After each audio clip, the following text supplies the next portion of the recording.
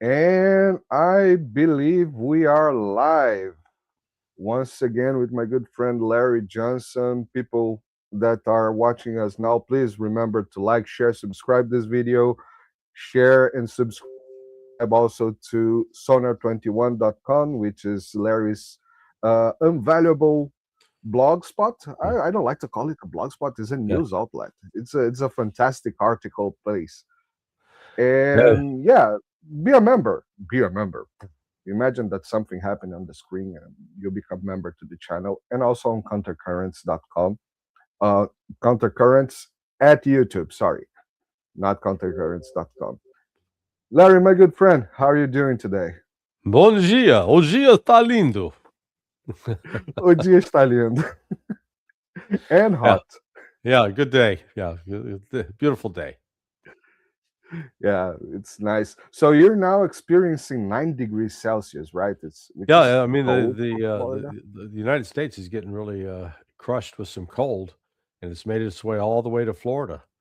I mean, yesterday or in the morning, it was probably 23 degrees Celsius, 24 degrees Celsius, very pleasant. And then today it was 8, 9 degrees Celsius. So Yeah, this it's winter. It's winter. winter. It's winter, so we got to put up with it. I was just Yeah, looking. this winter we were well, I was lucky to escape this winter because I was going to spend a fortune in heating this winter. Italy Mhm. is really cold this time, and Europe is facing the hard winter that we've been calling for the last 3 years, and it wasn't really. But this year is it's rough. Yeah, Well, yeah, probably what I did not expend in heating, I paid for my trip. I pay for the entire time I'm around here. yeah. There you go. Well, the instead of buying that cheap Russian gas and oil, Italy's joined the rest of the EU in committing economic suicide. Yeah, I wasn't going to start by there, but since we mentioned Larry, Europe's situation, how is it going? We had Zelensky at the World Economic Forum basically smashing Europe and being ovationated by it. Just stand applause. People Yeah, it was are people incredible. retarded? Yeah, he he was abusive, and they, I mean, it shows you the sickness of Europe. If they had any self respect, they would have grabbed him and thrown him out of the room. You see, you disgusting little ingrate. We've given you billions of dollars. We've sent you military equipment, and even some members of our own military have gone and fought in there. And this is how you treat us. Get the hell out of here. No, they didn't do it. He called them.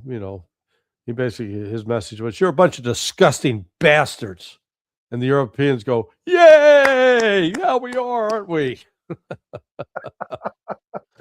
That's Hilarious. recognition, isn't it? Yeah, hilarious. No, it would be sad if it was not hilarious or the other way around. It's I cannot I was seeing I've seen Salvini, for example, in Italy being quite hard on him. Well, publicly, not in the World Economic Forum, but basically telling him, you lost the war, get the hell out, shut Yeah, up, yeah. sign the papers. And at the same time, we have Meloni talking about, we have to agree with the United States stuff, and yeah, let's get it on. How is it possible, Larry? As I've described Europe as a nematode. A nematode is essentially a worm with no skeletal structure. At least, to call somebody a snake, yeah, that means they crawl on its belly, but a snake they have like a spinal column. You know, they've got And they have a poison sometimes. they have a skeletal structure. But the nematodes, no skeleton, no spine whatsoever. So Europe has the Europe that has dominated the world really through the 20th century. World War II really marked the beginning of the end of Europe as a influential power. But through the 19th, 18th, 17th century, 16th, world history was essentially focused upon what Europe was doing in the world. It was really the engine driving world history. Now they're no longer relevant. I mean, what do you need from Europe?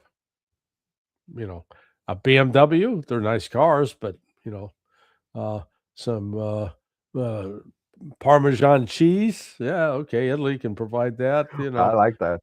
Yeah, but it's really Europe is no longer the cultural, scientific, industrial center of the world. There was a time when it was, but the technological innovations, that's not coming out of Europe now.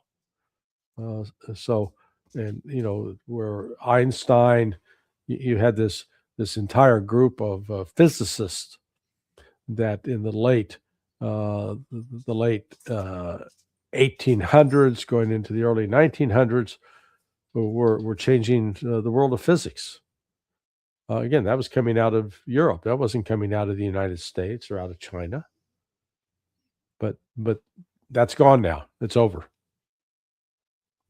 Yeah, I was watching the other day a documentary, Brazilian BBC documentary, television documentary, 30 minutes documentary about the father of aviation, which here in Brazil we consider to be Santos Dumont, which is a Brazilian guy, the first guy that flew an airplane, not the Wright brothers, because he actually flew around the Eiffel Tower.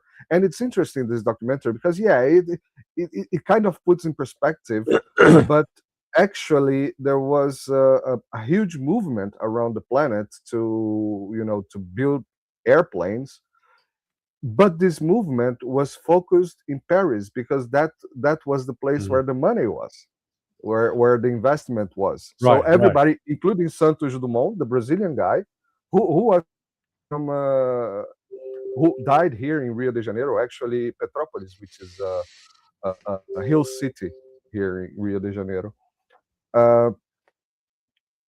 He went to Paris to get financed to build. There was also a German guy. So there is these three people, the Wright brothers, this German guy, and Santos Dumont, who is disputed in history.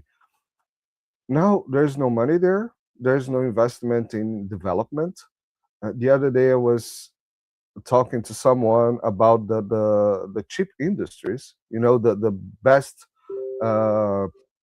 chip development machines are Dutch. The ones in Taiwan, for example, they are Dutch, but they are not in Europe. They're not developing in Europe. Yeah. So Europe is running away from relevance. Yeah, well, German industries as well used to be, at the center of a lot of, Siemens, turbines and such. Yeah, it's just, the point is that Europe has now lost its relevance. And yeah, we're I was just going to say, we're witnessing the birth of an entire new world economic order and a geopolitical order as well.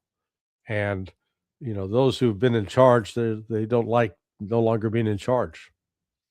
And that's, one of the reasons they're sort of flailing about trying to hang on. But they're not going to succeed. This is an interesting question, Larry, that just came to my mind because we have discussed, me and some other friends from other channels, we have discussed several times that, my perspective is that after World War II, the European elites, they moved to the United States. It was an extremely rich country, still is extremely rich country, huge country, safe country, from the rest of Asia, Eurasia. So the continuation, what I call the continuation of the European empires, the British, the French, the Germans, they all moved to the United States and built this huge American empire.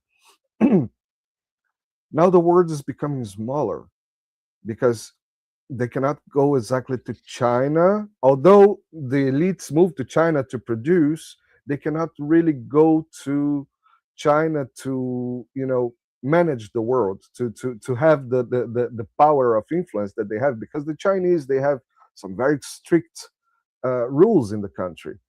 And well, Russia is out of the is out of the what's the future of these people? Are they going to stay in the United States trying to keep the grip on the power? Or do you think they could think about going somewhere else as they did in the past? Going, who are we talking about? The Europeans? Well, we're talking about the huge historical elites, the whatever, the French elites that moved to the United States, the German elites that moved to the States, the British elites that moved to the United States.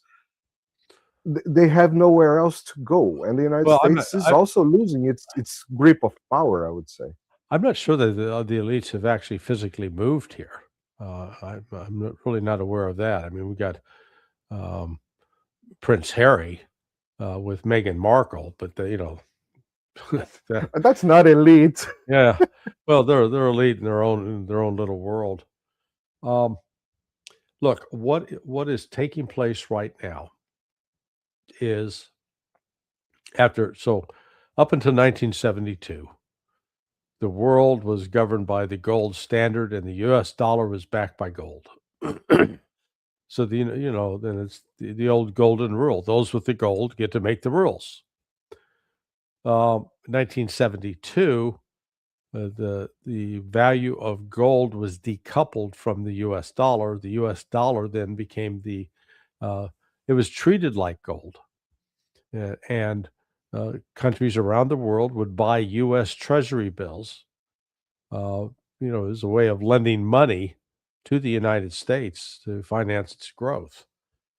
And that was the game. Everybody played along with that up until about 4 years ago, which, with the start of the special military operation and the West reaction to Russia, it brought home the fact that in the past, people would use the U.S. dollar because it was safe, it was considered stable, that you had a legal system that was not subject to the kind of political corruption that we've seen in many countries around the world. But that's all now. That mythology has been destroyed. There's now the realization that the U.S. judicial system is just as corrupt and susceptible to influence as anything else in the world, that the United States is not bound by law to protect assets. If we decide that we don't like you for whatever reason, but by God, we can take your money and keep it. And there's not a damn thing you can do about it. And so that was faced with that realization, Russia, China, the bigger countries started coming out and said, okay, we got to find out, and we got to create another system. We're not going to be debanked, deplatformed by the United States. Hence BRICS. Yeah, so BRICS really started about 10, 11 years ago, but it's really started picking up steam over the last 4 years. And now, if you look, I put a chart up the other day showing the percentage of the U.S. dollar reserves around the world. They're dropping. They're now well below 50%. In the past, they were well above, in 60, 70%. Now it's down around 40%, and it's going to continue dropping. And so countries, instead of buying U.S. dollars, they're buying gold and silver in lieu of U.S. dollars, which is one of the reasons, if you've been following the silver and gold market the last, week, it's gone through it's exploded. I recall I bought some silver in October, 1st of October. It was $45 an ounce. Now it's $110 an ounce. I mean, it's unbelievable. In fact, let me just, I could check real quick. Last week, it was on 80 something, if I'm not mistaken. Yeah, it was 90. Here, hang on for a second. Okay, now silver, it's down today to 107, but it's oh, well, what's happening now is it spiked up, got up to 117 yesterday, and these the COMEX and the London bullion market, they've now raised margin. There are a lot of people who've been shorting it, and they've got to cover their short position, and so in order to do that, they've got to pay cash, and the cash, they've raised the margin requirement, so people are having to sell off whatever shares they own or whatever silver they own, and so the supply is coming back on the market, which is lowering the price a little bit, but it's not, it's bouncing back and forth between 107 and 120, and there's a real disconnect between what's going on in Shanghai. They've got their, overseas in places like Shanghai, India, the actual price is now up around $125 an ounce. So the point of all this is that this stable, predictable financial system that has been what people have been accustomed to since the end of World War II it's breaking up. It's breaking up. The fiat currency system is being destroyed, literally. Started probably last week, and it's accelerating this week. And so, this is genuinely the rise of the global South, and with China and Russia leading the way. Yeah, I was reading this fantastic article that you wrote. Well, you actually got it from Jeffrey Wernick, the founder of BitChute. Yeah, I didn't. I'd like to take credit for having written it. I didn't write it. Jeffrey did. Yeah, exactly. But I invite people to read it fully on sonar21.com. I have one disagreement there, which is about Bitcoin, but it's not talks for today. But an excellent article about not only the history, but also the theory, the economical theory about what's going on in the United States. It's called "Loss of Dollar Supremacy," losing dollar supremacy is the name of the article. Yeah, I wanted to put the REM song in there, "Losing My Religion," losing my supremacy. Losing my supremacy.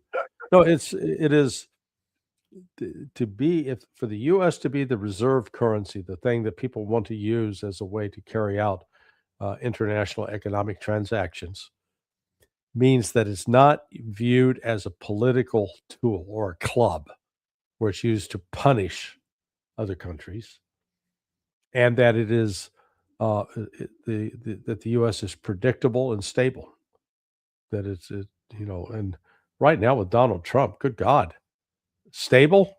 He comes across as just crazy, and not not in full possession of his senses.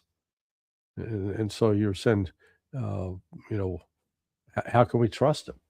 It's like right now he says, oh yeah, Iran's ready to make a deal, and therefore I'm sending more warships to the area. What? If you're serious about not going to war, don't send the warships. Instead, you're sending the warship. We've been down this before. You said, "Oh, yeah, we'll be talking to you on Sunday about peace agreement," and then you start bombing the shit out of them on Friday. Yeah. Yeah, since we went to Donald J. Trump, Larry, I really want to understand if they are going to use the same method in Iran as they did in Venezuela. What's it called? The discombobulator? How's that, Larry? Well, that's been around for a while. I mean, I was involved. Oh my God. Was it 1999 on less than lethal technology. So there are a whole variety of technologies that have been developed to try to disable opponents. It's like bean bags that are shot out of shotguns and hit people, or rubber bullets. And then this discombobulator is basically using sound waves to induce nausea and and cause physical pain, actually. So I don't know specifically what they, how they deployed that, but they don't have that kind of system that they could be put on a battlefield. This was this pretty. We had the full cooperation of the Venezuelan military and intelligence service. That's why the U.S. was able to go in there. Can you say if that technology really existed in a way that was going to be decisive on the battlefield, they would have already used it against Russia. It hasn't been deployed. Yeah, another Wunderwaffen. So how's the situation? You've been in contact with Professor Marandi and our friend Nima. How's the situation in Iran, Larry? Their orders have been restored. The CIA, Mossad, MI6, Western intelligence launched this coup attempt. Color Revolution has failed, and everybody seems to, it's not a matter of if, but matter of when the United States is going to attack Iran. And Iran is ready this time. They've been working closely with Russia and China, and are prepared to defend themselves, and have vowed that they will attack and destroy the U.S. bases in the area, and they will shut down the Strait of Hormuz, and they will attack Israel. So we'll see if Trump. They're hoping Trump will become a taco again. They keep talking taco, which means Trump again, chickens out. He makes these bold threats and then turns around, chickens out. So let's hope for taco. Well, we have to give credit to the guy. Chicken out it's a hard thing to do, especially for the Europeans. They could use some right now, actually. Yeah. But since we're talking about this, the Middle East, we had actually not Middle East right now, but we had the meeting between the United States, Ukraine, and Russia at Abu Dhabi. Yeah. And it seems a bit weird that the U.S. counterparts were all not properly dressed, and it seems that there was no moving forward. Or how do you read what happened there? Well, yeah. So I'm just pulling up. I want to read you a quote. Let's see here. So when you read the Western press, what they said about the meeting, they put quite a little bit different spin. The talks were described as the first, as a trilateral engagement in nearly 4 years, and this face-to-face interaction between Ukrainian and Russian representatives went off, but there was no deal reached, and the discussions focused on outstanding elements of the U.S. proposed peace framework. The 28 points or the 20 points, depending on which version you're reading. And the U.S. officials called the talks productive, and talked about substantial progress in some areas. Now, Zelensky himself said, he said these talks were constructive, but he wasn't there. But he says it's too early to draw conclusions. What was interesting is the Western media falsely reported. They said this about the Russian reaction. They said the Russian reaction was constructive, held in a positive spirit, but with the Kremlin viewing the fact that direct contacts occurred that's a step forward. But and they commented that said that Dmitry Peskov, the Kremlin spokesman, said that the negotiations can be assessed positively. Okay. Well, I went and looked up what he actually said. And here's what Peskov said. A friendly atmosphere at the negotiations on the Ukrainian conflict settlement is unlikely. But since such work is underway, it must be carried out effectively. If you are working at an expert level, then at a minimum, you should behave constructively towards each other.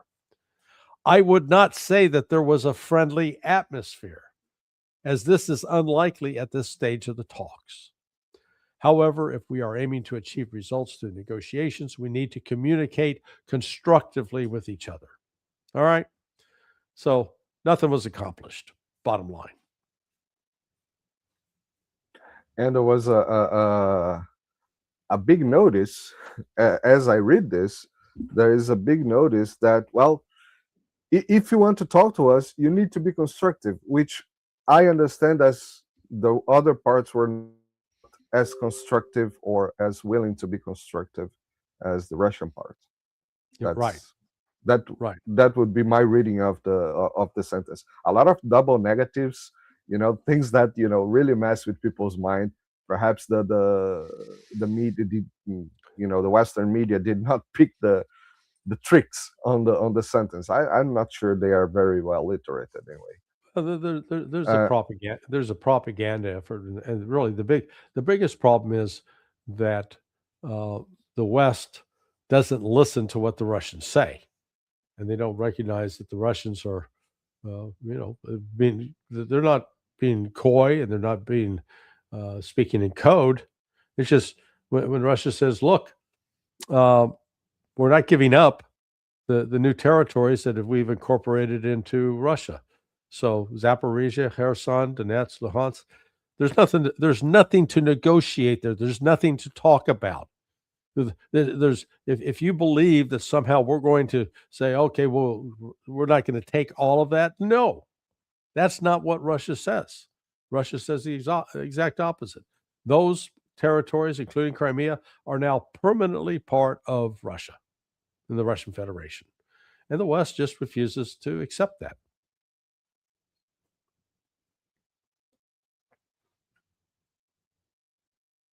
You still there?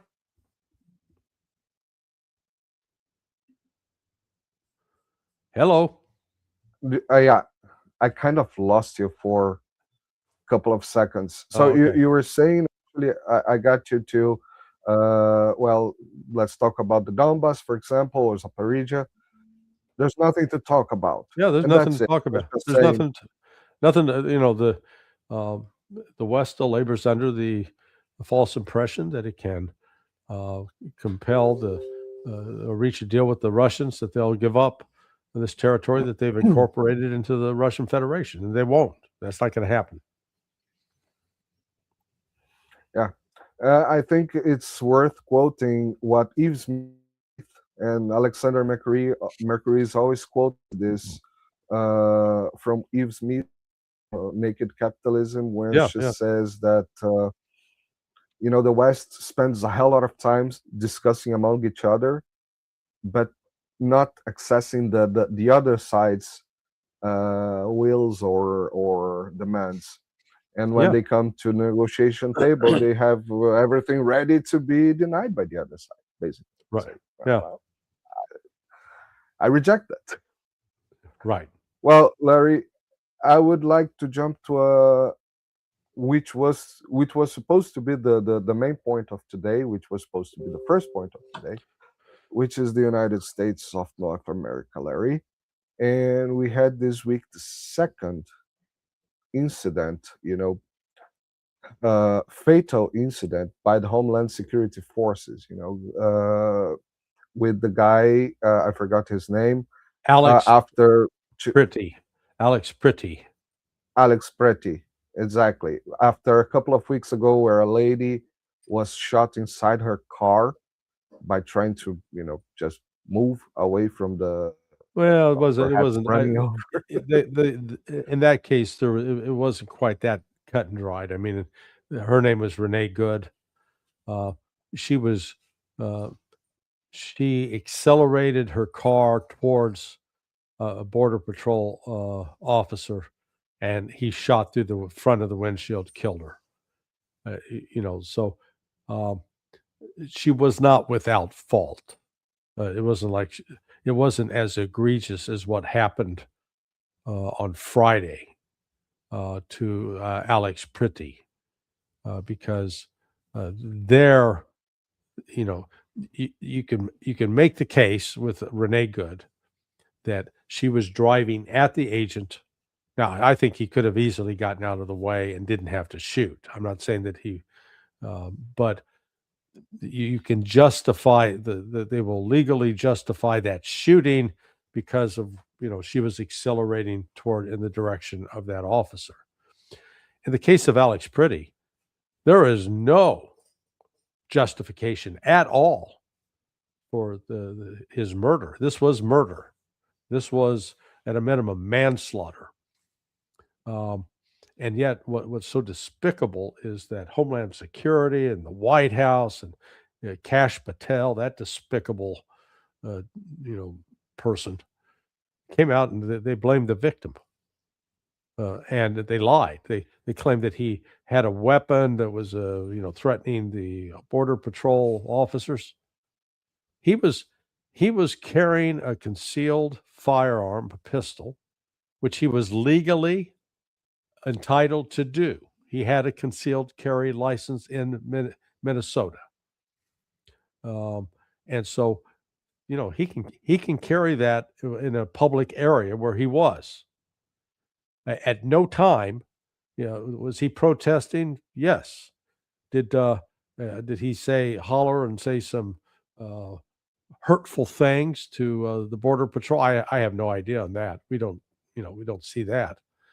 But what we do see is he was with a woman, and they move out of the road, and this Border Patrol officer comes up to this woman and violently shoves her to the ground. So this officer has now assaulted a civilian. She hadn't threatened him. She hadn't hit him with anything. She wasn't throwing anything. And then Pretty steps in between the officer and the woman, trying to help the woman up. And Pretty then starts spraying him with pepper spray. And again, at that point, Pretty didn't turn around and punch him. He was trying to actually de-escalate the situation. So as they were spraying him, then at least 4 other officers came running over, and they grabbed Pretty and they started forcing him to the ground. Again, he didn't fight back. He didn't pull the gun out and say, "I got a gun, stand back," or didn't make any threats like that whatsoever. They had him on the ground, and while he was on all fours, the back of his shirt came up, and you could see he had a gun that he was carrying that was stuck inside the waistband. One of the ICE officers grabbed the gun, and as he's running away, I just saw this last night. It's called a Sig Sauer 320. Has a reputation for firing without pressing the trigger. And as the guy is running away, the gun goes off. And as soon as that gun goes off, then the other ICE officers assume that they're getting shot by Pretty, and they pull their guns out and they kill him. Completely unjustified killing. It was manslaughter. And every single officer who fired a bullet into his body needs to, be out of a job, number one, and really charged with manslaughter. They killed an innocent man. And what's really shocking is the number of Trump supporters that are, normally would be opposed to government force being used to kill unarmed people. But now they're justifying it. Now they're saying he shouldn't have been carrying a weapon. Hey, it's called the Second Amendment, asshole. Absolutely has the right to do so. So this is, but I think Trump administration now recognizes, okay, they've crossed the line. This guy, Greg Bovino, who was he's actually with ICE, Border Patrol, out of California, but they brought him in to be the ground commander here. They pulled him out. And they shut down his social media page. Is his name Greg Bovino? Greg Bovino. Bovino. Greg Bovino. Okay. So, bovino is cows and bulls in Portuguese. Yeah. Yeah. Well, I would like just to share a perspective from a Brazilian, because guns are not as normal here as it is in the United States. So we do have a different view of carrying guns. It's not so normal. It's not a different. It's Right. not normal to see people carrying guns around. Uh, so having a gun, with you, and I think you pointed out not only on your article that you wrote about it, but also on Judge Napolitano yesterday. Uh, that if you're going to a protest, a place that it can be very heated, uh, it's better not to carry a gun. I do understand that people are on the brinks right now, but guns by themselves are a escalator item on the situation. If the guy had no gun, I don't think people would have shot. Only if you pull it out. Yeah, he didn't brandish the firearm. And it's like, I carry concealed. Here, I'll show you. You don't have to show me, it's concealed. So I get it right there. So you don't pull this out and start waving it around. And that's what, he didn't do that. So, I carry it all the time. Now, there are certain places where I cannot take the gun. I can't take the gun onto the grounds of a school, whether it's elementary, middle, high school, college. I can't take it into a government building like the U.S. Post Office or the Manatee, the drivers, where you go get a driver's license, the tax office. So there are still places where, even though we have the right to carry a concealed firearm, and actually in Florida you can do open carry. You don't even have to have it concealed. I think open carry is stupid myself, because all you're doing is identifying yourself as a potential target, where you could be easily, if I was in the business of saying, okay, I want to get my hands on a gun, I'm a criminal, I can't get one. What I do is I get two good-looking women. I'd go out and set up at a location where you could see people coming, guys who are open carrying a firearm. And then I'd have those two women go up and engage the guy and, hey, how are you? Listen, can you help us? And, then I'd make sure they were scantily clad. So the guy's so busy looking. Then I just walk up behind, take the gun. And, if he fights, shoot him. So, I mean, it's just, why create that kind of temptation? But, this Bovino had the legal right to carry that gun. He was in a public place. Preti. Preti, excuse me. He had the legal right to carry that gun. And you know what? If the police had come up to him while he's at that protest and said, do you have a gun? He didn't have to answer the question.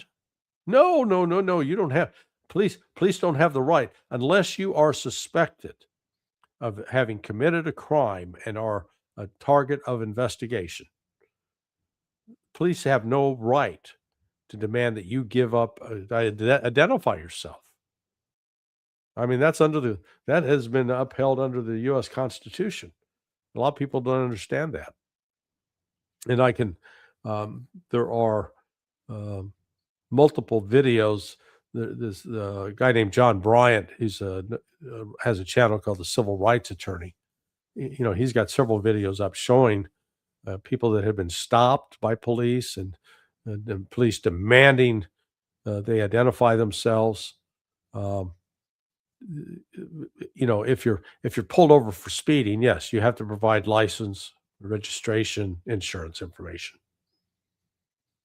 But the police just cannot come up to you randomly on the street and say, who are you? What's your name? And that's one of the problems with this crackdown on the illegal migrants, because they're trying to make people prove that they're an American citizen. And you don't have to prove that. We're not a society that requires you must always have your papers with you. Yeah, you mentioned this, and my next question would be about it, Larry. Ice Ice Baby looks like now has the power to enter people's house Yeah, that's what they're talking to about. search. That's a clear violation of the Constitution. Fourth Amendment, unreasonable search and seizure. Yeah, And you made a fantastic point right now, which is seizure. right. Uh, I've been talking about with Commander Farinazzo that you met, and other Yeah, friends, yeah. and Davidson as well that you met. And one of the things that Farinazzo the other day he said was, "I wouldn't be surprised." I'm kind of quoting him. I wouldn't be surprised if the United States started seizing people's assets, the deportees' assets. And that would be my question, Larry. Since right now, Ice Ice Baby has the right to enter people's houses and people are getting deported, is there any guarantee that these people that had already been deported or are being persecuted will have their belongings safe somehow? Is there any known case already of seizing assets of people that are being deported? Well, no, I'm not aware, but I'm sure it's happened. Um, this, the U.S. has procedures for what's called asset forfeiture, and so if you're involved with committing certain crimes, the government can compel you to forfeit your assets. But look, I'm not. I am. Uh, I, I I I don't like the idea of these people that have come to the United States illegally for whatever reason that they're breaking the law. When if I want to come to Brazil, I have to go get a visa. I can't just show up at the airport and say, "Hey, I'm here. I'm an American. Let me in." Brazil won't let that happen at all. And when I lived in Argentina, I had to follow Argentine law, which meant I had to leave the country every 3 months to go outside in order to then be able to come back in. So, just the idea that, so I fully support the idea of cracking down and deporting people that are here illegally, but follow the law, do it in a lawful way. And that's one of the problems we've run into with ICE. They have they're acting in a lawless fashion. Yeah, I am a migrant myself. Well, Yeah. right now I am not anymore, but I was when I went to Europe. But I have one thing that I always decided in my life was, I'm going to do things right. I'm going to do things properly. I don't want this coyote stuff, just crossing me around or just staying there, because you don't need a visa. Brazilians don't need visa to get into Europe, but Right. you have to get out at some point, right? You Yeah. have the law. You can stay 3 months, over 6 months, over a year, something like that. Uh, so I always decide, I went with a job. I went with proper documents. The same thing when I moved from France or from Geneva to Italy. I always had my documents in place and on time. And it's a lot of work for people that you go here or go there. And I know a lot of foreigners in Brazil that live in Brazil legally. It's a lot of work here as well.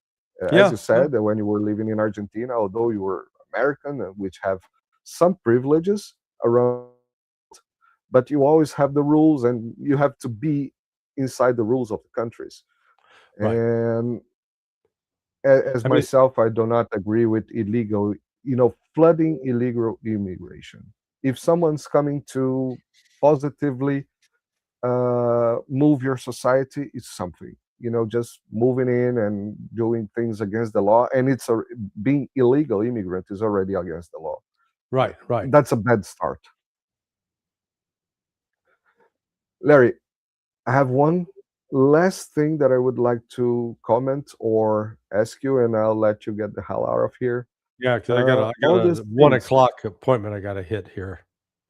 Okay, all these things, protests erupting, people getting killed in protests. That sounds a lot of color revolutioning. Do you Yeah, think no, the United States yeah, is tasting its own poison? yeah, yeah. There is there's an attempt to lie. I wouldn't. Some have suggested that British intelligence is behind some of this. Possible. There's definitely a tie-in with George Soros. This is an organized effort, and there are a lot of financial interests that have benefited from the illegal migration. So yeah, no, there is an attempt to try to create a color revolution here, but it's it is it hasn't completely failed. It has created a real division within the United States that's not going to be easily healed anytime soon. Thanks for that answer, Larry. That was exactly what we were discussing. My good friend, thank you very much. Sorry for holding you so long today, but No, no, there no. was a lot of good discussions to There's to go on. a lot to talk about, but we'll see you Lots next to week. talk about. See you next week, and remember everybody again to like, share, subscribe the video to the channel, like, share, and comment on the videos. Follow Larry on sonar21.com, where you can find all his interviews and his fantastic posts and articles. And see you guys next week. Larry, take good care, my friend. Bye All bye. right, buddy. Bye bye. Ciao. Ciao.